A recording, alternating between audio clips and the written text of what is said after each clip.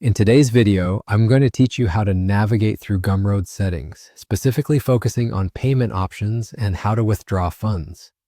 Let's dive right in. First, open your web browser and head over to the Gumroad website. For those who may not be familiar, Gumroad is an online platform that allows creators to sell their products straight to consumers. Whether you're offering ebooks, design assets, or other digital products, Gumroad is a versatile service that many find indispensable.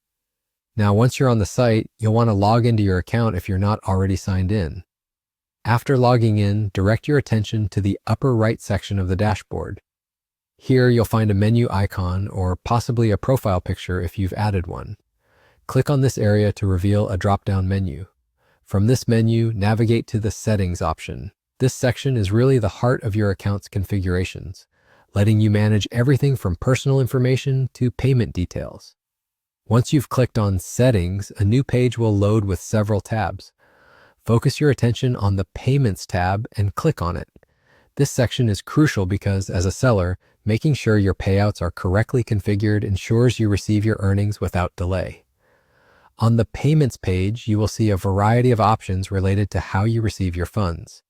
Here, you can add or update your preferred payment method.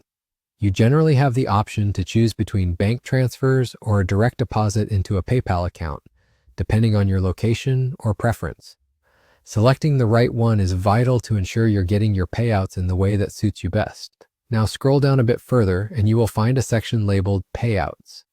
This part of your settings is where you can manage how frequently you'd like to receive your funds. Gumroad typically processes payouts on a regular schedule, but it's important to know your options in case you need to make any specific withdrawals.